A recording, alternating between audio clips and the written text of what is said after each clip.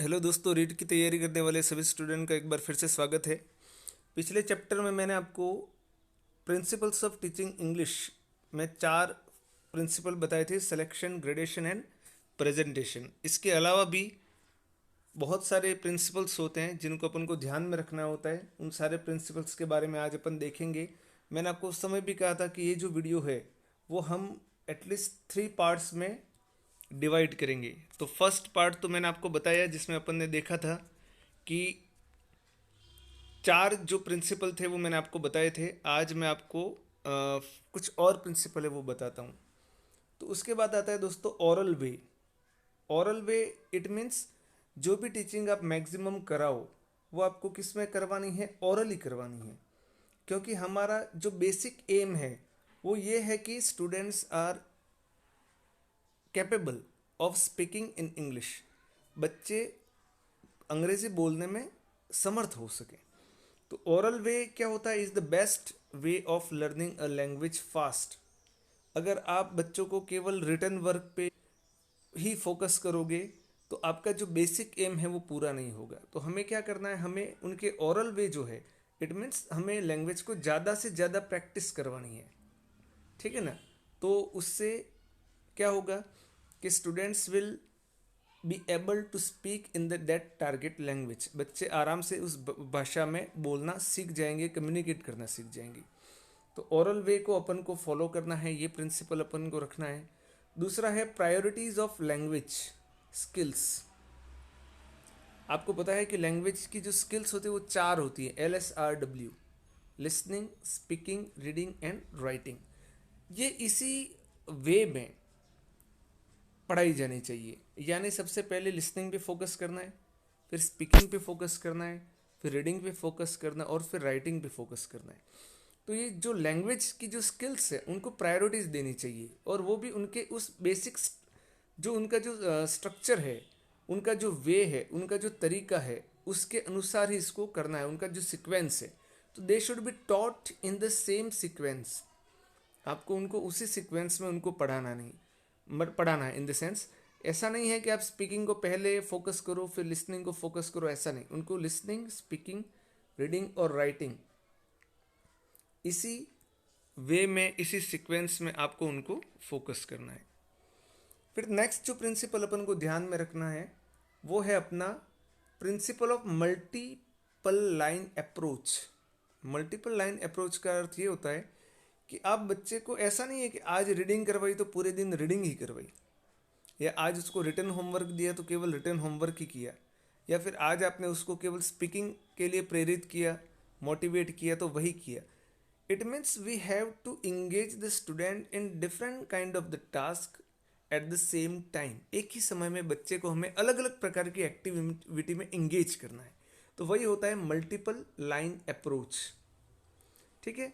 तो teacher introduces many different points at the same time. एक ही समय पर वो अलग अलग चीज़ों को बच्चों के सामने इंट्रोड्यूस करता है। कभी वो रिटन प्रैक्टिस दे देता है, कभी ओरल प्रैक्टिस दे देता है। That kind of work the teacher gives to the student. ठीक है। The teacher can have a number of language activities connected with the topic. एक ही टॉपिक जो भी वो पढ़ा रहा है उससे रिलेटेड वो अलग अलग चीज़ें दे सकता है। जैसे कि कभी उसने ओरल ड्रिल दे दिया बोलने के लिए, कभी उसको रीडिंग करने के लिए बोल दिया, सेंटेंस राइटिंग दे दी, ग्रामर कंपोजिशन का काम दे दिया, ट्रांसलेशन का काम दे दिया, लैंग्वेज की एक्सरसाइज करने के लिए दे दिया। It means different kind of task the teacher allots to the student. Okay. तो ये भी प्रिंसिपल अपन को पढ़ाते समय ध्यान रखना है।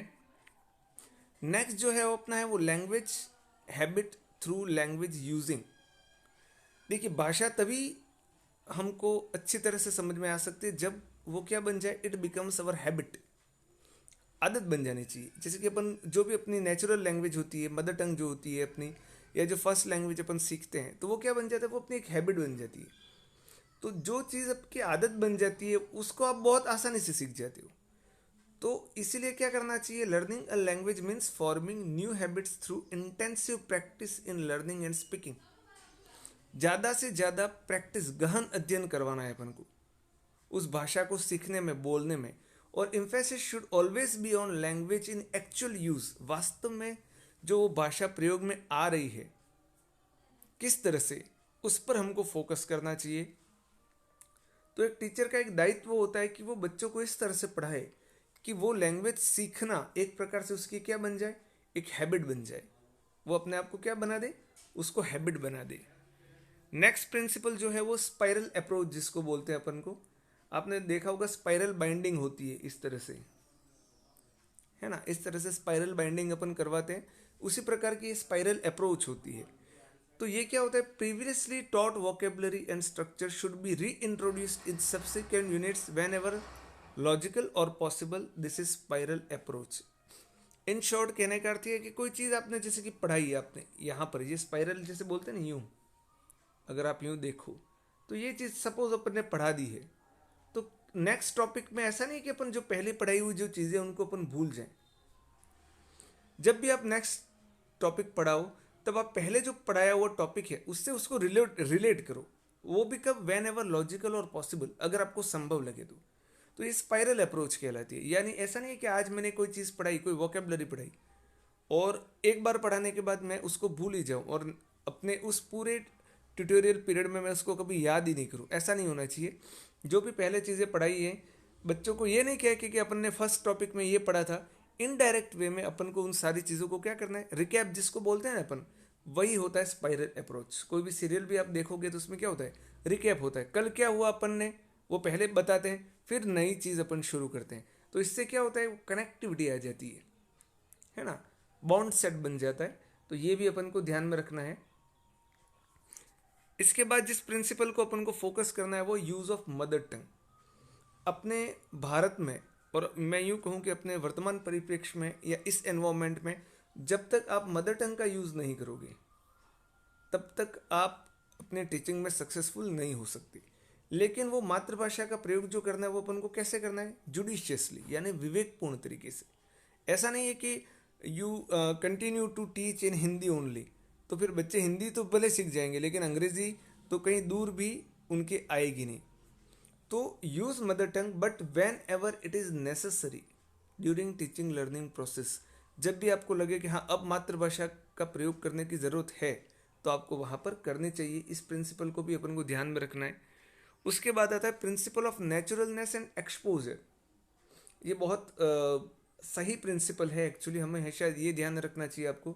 आपने देखा होगा कि एक छोटा बच्चा हिंदी या वागड़ी या आपकी जो मदर टंग है वो 2 या 3 या 4 साल की एज में आते आते सीख जाता है, लेकिन we still face problem in learning English even if we cross our whole age. पूरी उम्र निकल जाती है लेकिन अपन इंग्लिश नहीं सीख पाते हैं। तो इसके पीछे क्या कारण रहता है कि एक्सपोजर नहीं मिल पाता है उसको। आप हिंदी जो है बच्चों को सिखाते हैं या बच्चा अपने आप सीखता है तो उसमें क्या होता है, उसके पिताजी, माताजी, बहन, भाई, पड़ोसी, उसको वो भाषा वहाँ पर सुनने मिलती है, लेकिन इंग्लिश एक क्लास में जाने के बाद अपन को कभी भी सुनने नहीं मिलती है। तो हमें क्या करना है, हमको ज़्यादा से ज़्यादा उस बच्चे को क्या करना है, maximum exposure of the mother tongue जैसे होता है इसी तरह से we should follow the same principle in teaching English also. हमें वही प्रिंसिपल वहाँ पर भी एडॉप्ट करना है कि बच्चे को ज़्यादा से ज़्यादा ऐसे एनवायरनमेंट क्रिएट करना है, नेचुरल एनवायरनमेंट, जिसमें वो इंग्लिश का यूज़ कर सके। ओके, तो this principle also we should follow. Next जो प्रिंसिपल है, principle of active and passive vocabulary.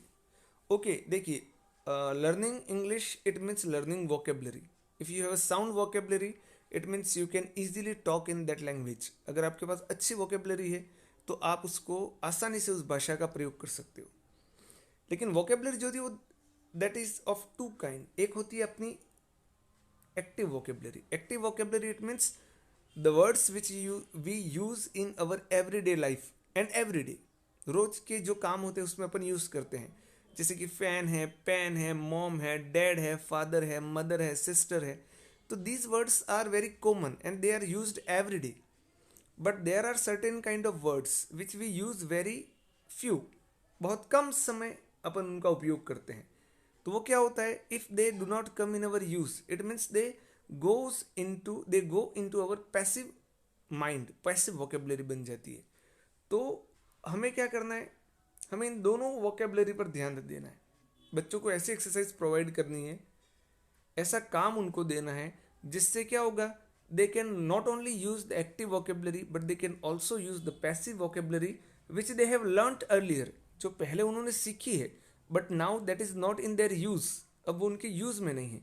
तो we have to give them such kind of exercise so that they can remind that passive vocabulary which they are not using, जो उनका उपयोग नहीं कर रहे हैं.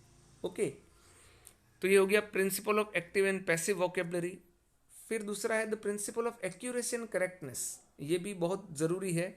Focus should always be on accuracy and correctness. It means if a child makes a mistake, it's not necessary that you correct that at that particular moment. उसी समय आप उसको ठीक करने जाओ, ये ज़रूरी नहीं है. But you should as a teacher you should keep that thing in your mind. आपके दिमाग में ये होना चाहिए कि नहीं, that child has made that mistake, और whenever you get the time, जब भी आपको मौका मिले उसको करेक्ट करने का, it's your duty to correct that mistake so that that child can never make that mistake again in his life. कभी वो वापस वो गलती नहीं कर पाए. दूसरे बात जो प्रिंसिपल अपन को फॉलो करना है वो the principle of concreteness. Concreteness it means something that we can see, something that we can touch, something that we can feel. आपके सामने, अगर आपके सामने कोई पिक्चर है, आपके सामने ओरिजिनल ऑब्जेक्ट है अगर आपके सामने, तो आप उस चीज़ को तुरंत पकड़ लोगे. ठीक है ना. तो we should also present concrete things before the student. ठीक है. तो इससे क्या होता है, because it is believe that learning done through concrete object is permanently stored in mind. अगर आपके सामने मैं आपको यूं कहूं कि पेन की स्पेलिंग आपको मैं रटवा दूं, but if I present actual pen before the student, अगर बच्चों के सामने मैं वास्तविक पेन दिखाऊं और कहूं कि this is the pen, it means that thing permanently stored in the mind of the students. वो बच्चों के माइंड में परमानेंटली स्टोर हो जाती है. तो हमें प्रयास ये करना चाहिए कि we should maximum focus on the concreteness. It means we should actually present the concrete objects before the student. Okay, we should also follow this principle. उसके बाद आता है the principle of correlation with life. correlation with life बहुत अच्छा concept है, ये भी बहुत अच्छा प्रिंसिपल है.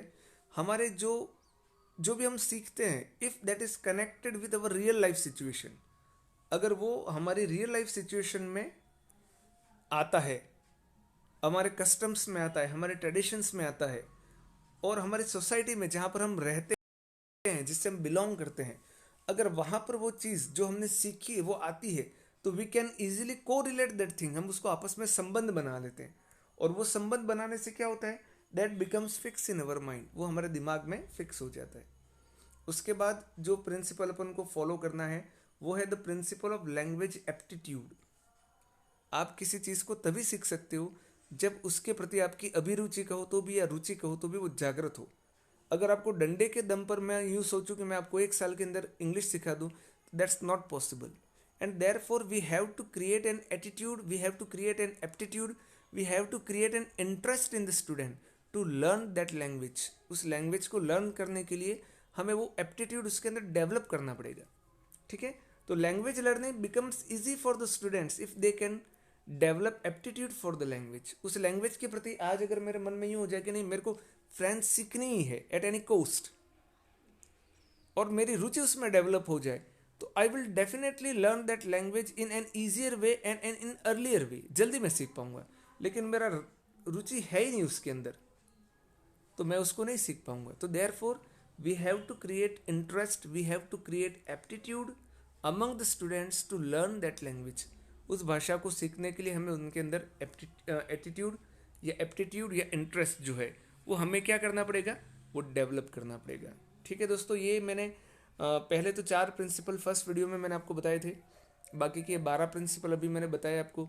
एक थर्ड वीडियो में कुछ साइकोलॉजिकल प्रिंसिपल्स भी होते हैं जो हमेशा as a teacher we have to keep in our mind so that our teaching learning process becomes successful. हमारा टीचिंग लर्निंग प्रोसेस सक्सेसफुल हो सके तो वो अपन थर्ड वीडियो में डिस्कस करेंगे. वीडियो ज़्यादा लंबा होता है तो आजकल के बच्चों को पढ़ने में थोड़ी दिक्कत आती है, क्योंकि समय है नहीं, सबके पास काम दूसरे बहुत ज़्यादा हैं. तो therefore okay, we will study the next principles in the next video. Till then, goodbye and take care and keep on preparing yourself. Okay, goodbye.